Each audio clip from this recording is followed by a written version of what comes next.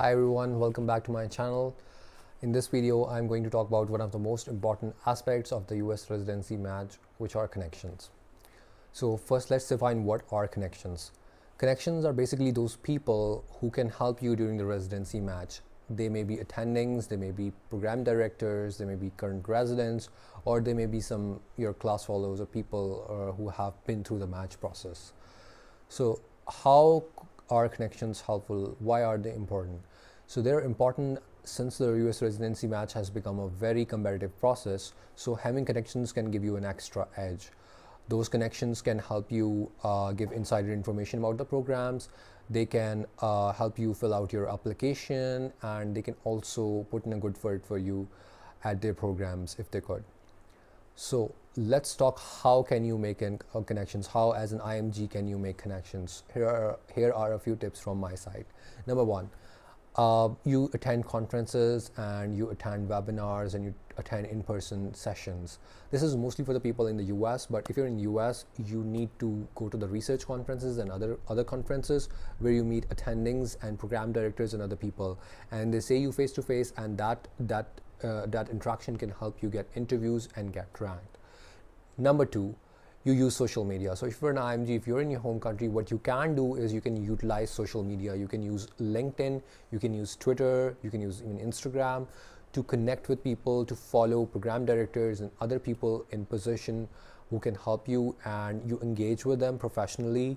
If you're in Twitter, you make a professional Twitter account, you engage with them, and you never know who can be willing to help you.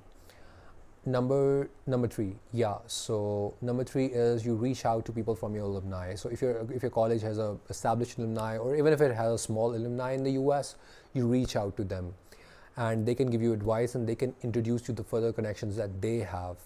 So one tip from my side with this is that you reach out to people who are hidden, who nobody reaches out to them, and they're on the side. Because if you reach out to someone who's visible on social media, so a lot of people are going to reach out to them. So instead of that, if you reach out to someone who not a lot of people can reach out to or could possibly reach out to, you have a better chance of getting help from them. So that's how it works. And next is number four is remote research. This is very important. You can make a lot of connections through research by working with the residents and fellows or attendings in the US, who are in the US. So through that, you can they have worked with you, and then they can be able to vouch for you as well. Number fifth is very important. Probably the most important thing is shadowing and observership opportunities. If you get an opportunity to observe someone in the US, a US-based physician, you impress them. You're punctual, you're obedient, you go there prepared, your knowledge is up to date, and you impress them with your communication skills. And most importantly, you ask where you need the help. This is very important in the whole matching process and everything. You need to ask what you need. Hey, like you're applying for the hey, doctor, I applied to these programs. I have worked with you, and do you know anyone in these programs who's working? And could you vouch for me over there, or like, is it possible for you to do that? So if they could do that, they would do it for you if they're impressed by you.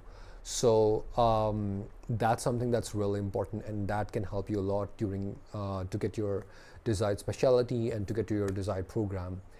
And number six is my last tip, and that's just talk to people. Talk to anyone and everyone that you meet.